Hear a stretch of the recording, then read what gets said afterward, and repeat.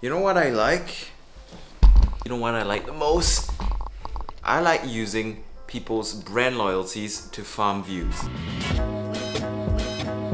Okay, camera brand tier list. Why am I doing this? Because it's fun. So we got the screen recording going, I got the camera tier list. These are all the camera brands that I could think of that were pretty much relevant. Sure that I missed out some of them. Tell me in the comments or Instagram or Discord, linked in the description. I reply to everything everywhere. But so here it is, the tier list. Let's get on with it. Oh, let me explain what the tier lists mean. First off, we've got phenomenal, then and now. This you need to do something legendary to be a company in this tier.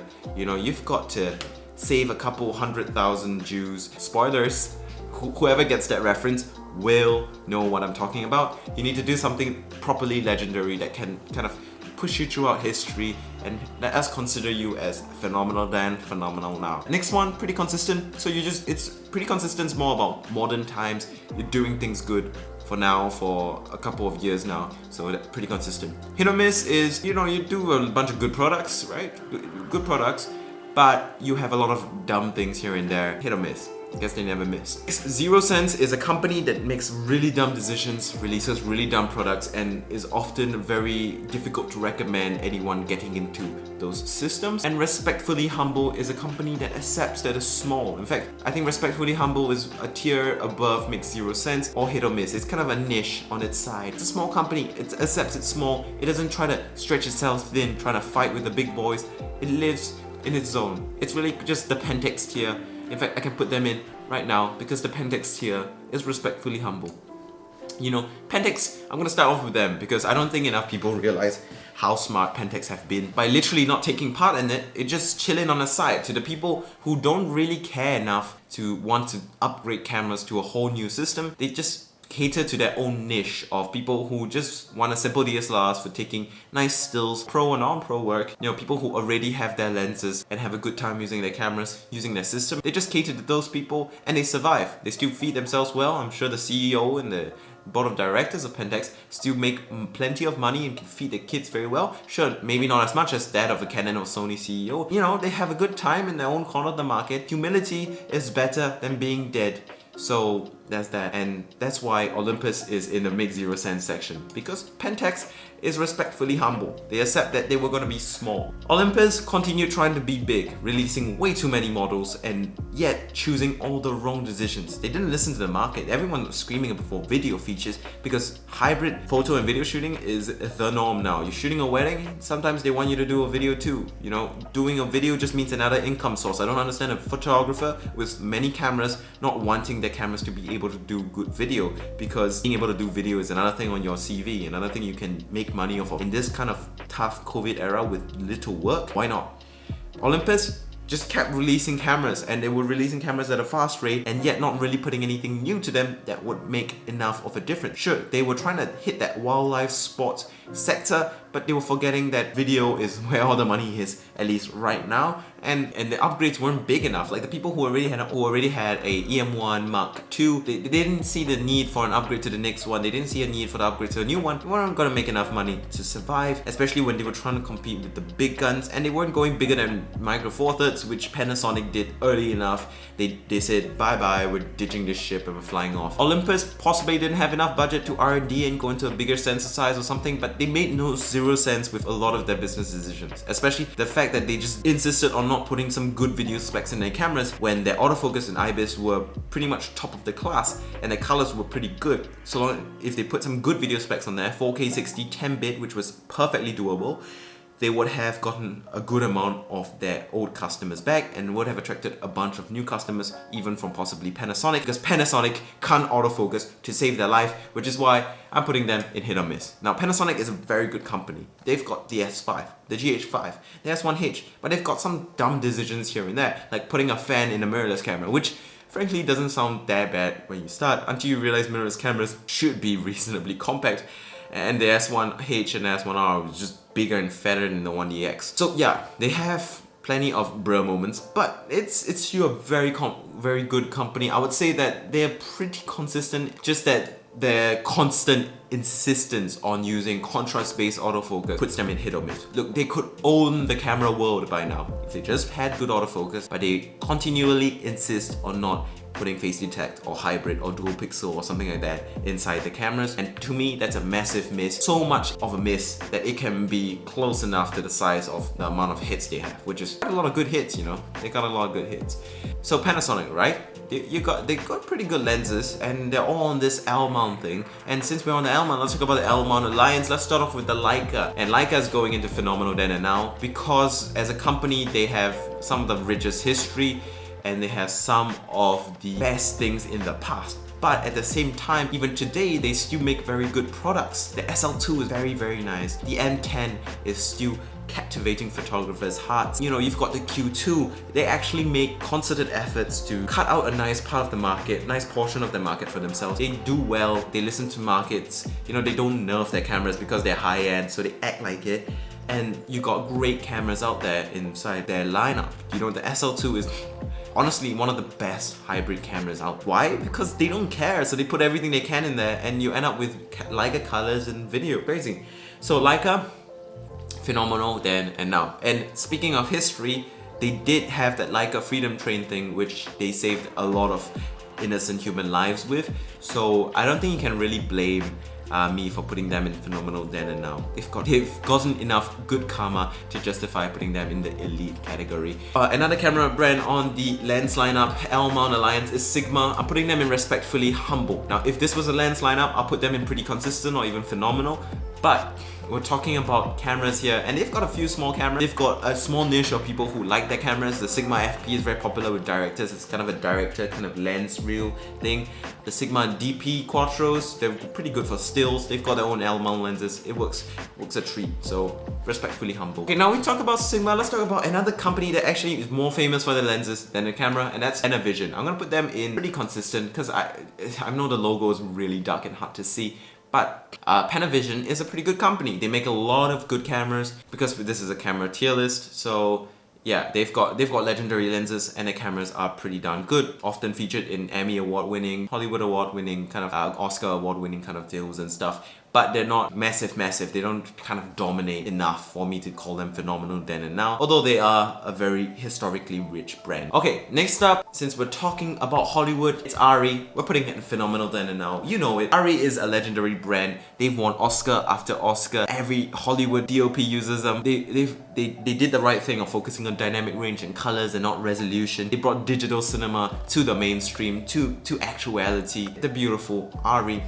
I would love to marry an Arri camera one day because nobody's ever gonna date me. So let's just focus on Arri cameras. They're phenomenal then, they're phenomenal now. You know, even when they were making film cameras, they were doing very well, and they're still doing very, very well now. And they're very consumer friendly, which is surprising for a Hollywood brand. You know, you can use whatever memory card you want with Arri cameras, whatever battery you want with Arri cameras. You can use whatever accessories or monitors, control grips you want with Arri cameras. Who isn't consumer friendly in the Hollywood scene? And that's Red. Oh my god, my segues is on point. I'm putting them in hit or miss. You know why? Because I don't like Red anti-consumer practices. This is like punishment, like F you to them. Because Red, they make really phenomenal cameras. And this is a camera brand tier list, so I guess I should put them higher, but you can't like a company for being so anti-consumer. They make so phenomenal cameras. It's just such a pity that their stuff is like, it feels like they're taking a crap on your wallet every time they sell you a camera. Sure, the Komodo is a nice refreshing change, but we have to see more of that kind of release before we can be convinced that they're a different style of company now. Because the lack of redundancy, their proprietary M-SATA media that's overpriced, they got so many things going for them, but they have so many things that's not going for them. Seriously, they could just own the world, but they don't. You know, they're so anti-consumer and there's so much kind of hardware issues with them, warranty issues with them, like Linus Tech Tips have those issues. There's so many people that report problems with QC on the Red cameras. I just can't support them. Now, speaking of support, a company that has very good support is Fujifilm. So I'm putting them in pretty consistent, not phenomenal. In fact, I think Panasonic can be pretty consistent. Their only problem is autofocus. Hit or miss, I don't know. But Fujifilm, the only problem they have is that they don't really have any problems. The only problem they have is that they're not full frame, which isn't really a problem. We all know that. They may only make APS-C cameras, so that's that, which some people might consider a dumb move, but they do have medium format, so that's fine. I think the thing about Fujifilm, I love Fujifilm, is that they just do it right. You know, they've got consumer-friendly practices. They listen to the market. They listen to the audience. They do the thing things you want them to. They don't cripple their cheaper cameras too much. They give firmware updates that make sense, like the X-T3 recently got an autofocus update. Very nice. Autofocus is pretty good. Image quality is pretty good. Video quality is phenomenal for what it is, the price, and it's a great hybrid camera. They listen and they have very good customer support. That's why Fujifilm is pretty consistent in my eyes. They improve and they do well. Sure, the X-T1, X-T2 wasn't the greatest. They slowly, step by step, climb their way up, and they're honestly up there when it comes to camera brands for me, especially in their attitudes. Another camera brand that has a very nice attitude is Ricoh. I like them. They're respectively humble, you know? You got the GR3, which is the only camera that anyone knows from them, the GR series, but hey, it's a nice camera. It does the job. It's really good. I want a GR3 in my life. I put them in respectably humble. They get enough money to feed their kids, maybe buy a nice car, go on holiday every once in a while. You know, they just sit in their own corner of the market and have a good time, providing to people who want a unique experience. Ricoh. Very nice. Next up in the list, Blackmagic design. Now this one has been on the list. It's the first one, but I decided not to go just in order. I just decided to jump over the place with segues. So Blackmagic design, where would I put them? I'll put them as pretty consistent. Ever since their first camera, you've got the Blackmagic 4K, the Blackmagic's Ursas, you know, the Pocket. All these cameras, very, very good. You got Resolve as a camera brand. Blackmagic is hard to fault. They've constantly been improving. And yes, when they started out, they were wonky with the colors, but they improved, and that's important in a camera brand. Unlike Hasselblad, which makes zero sense to me. I know I'm offending some people who really like Hasselblad, but if you want medium format, just get a Fujifilm instead. It makes no sense to get a Hasselblad. It's expensive, and sure, it's got a cool brand name, it's cool premium feeling in the way that a Leica is, but it's so expensive, but it doesn't provide anything that its price provides. You know, it's just like, okay, it's medium format, what else? And sure, the newer cameras are slowly updated and updated, but it's just like, what's so special about them? You know, what's so special that they can charge 20k? It's just a bigger sensor than others. And if I wanted to use Hasselblad glass, there are focal reducers that allow me to use Hasselblad medium format glass on my mirrorless camera that allow me to have a medium format field of view. So tell me why I should care about Hasselblad. If I needed resolution, I'll just do sensor shift on the Sony camera or Panasonic. So makes no sense to me. Finally, you got the two big giants, well, the dead giants pretty much at this point. We got Canon and Nikon. Well, one of them's very dead, one of them is not. You can go figure it out. Canon is a hit or miss, a hard hit or miss, which is pretty obvious. I think it's fair to say. You know the R5.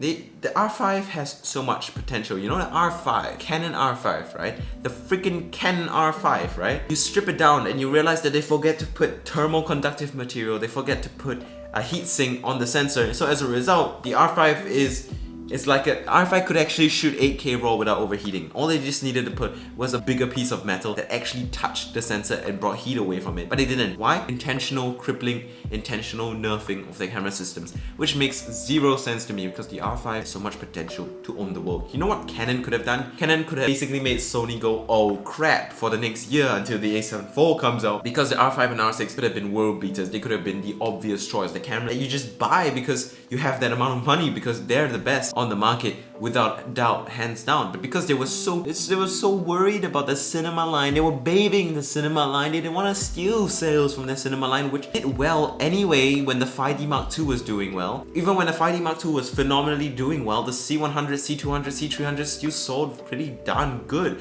So why would they baby the cinema line so much? You know what would have happened if Canon released the R5 and R6 without overheating issues, which they could have 100% done on the technical side of things? They would have pulled so many customers from Sony, Nikon, Panasonic. Those companies will be struggling to breathe right now and panicking in their pants. But right now Sony's just chilling. They're gonna take another year off and release the A7 IV a couple months late on top of their original planned release date, because they realize, hey, the R5 and R6 aren't big enough of pools to attract people away from their system. So we're just gonna chill out and not release the A7 IV that's gonna destroy everyone else.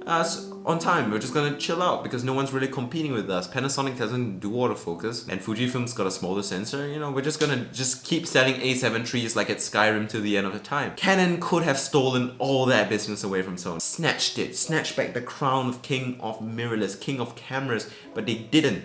and I hate them for it. That's a massive miss. Honestly, I'll put them in make zero sense, except for the fact that they made the best YouTubing camera ever, the Canon EOS R, which is what I'm vlogging on right now, so I don't want to call myself an imbecile. They make some good stuff here and there. They're not gonna get my money on a brand new camera. I'm only gonna buy Canon stuff secondhand until they start being more consumer friendly and make better cameras that actually listen to their audience, instead of using stupid corporate marketing strategies and then stifling the potential that their engineers really have. Like, I tell you, if I was an engineer at Canon, I'll just be like, you know the meme where it's like, yes honey, you know, it's like instead of a woman, you've got the Canon bosses in corporate suits going, hey engineers, it's time to destroy the work that you worked so hard to create again. And then the Canon engineers are just taking their sensors and they're just not cooling it down with a heatsink and just going, yes honey, and throwing it in the trash. Freaking corporate advisors just ruining technological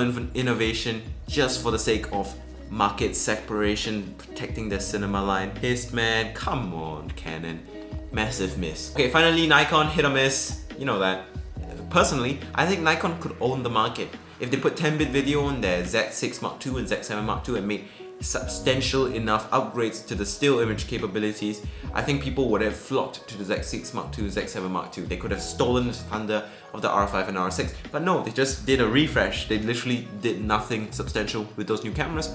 So I can't consider them a hit, but they have so much potential and they have some good cameras in them, you know. The Z6 and Z7 were pretty honestly some decent cameras, and to anyone with Nikon glass already, pretty obvious options as well. So they have the potential to be world beaters, but right now, hit or miss, hit or miss, hit or miss. Also, where's my Sony logo? I realize Sony is not in this tier list. Anyway, I'm just gonna edit in the Sony. Sony is in hit or miss.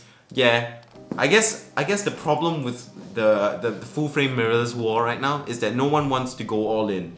You know, the people who can go all in don't want to go all in. Canon and Sony.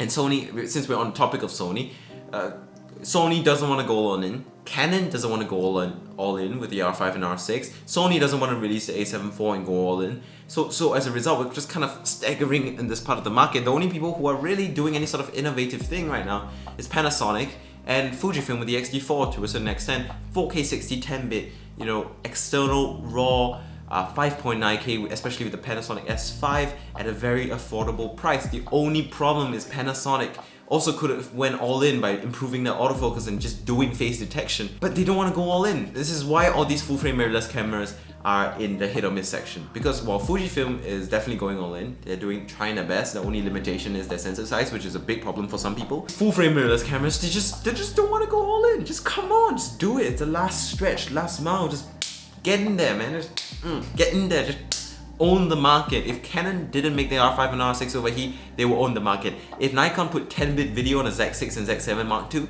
they will own the market. If Panasonic improved the autofocus on the S5, they will own the market. And if Sony released the A7 IV, which is definitely coming with the A7S III menu and screen, improved IBIS, Sony level autofocus, 10-bit color, doesn't even need 4K 120, alright, just 4K 60 is all I need, external raw ProRes, so that you can compete with the S5, they were on the market, like the A7 III did 3 years ago.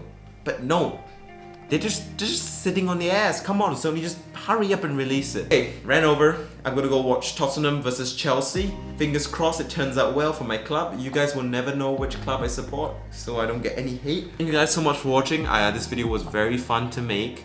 If you guys did enjoy it, please like and subscribe. You know the drill. Follow me on Instagram and Discord and argue with me if you want to.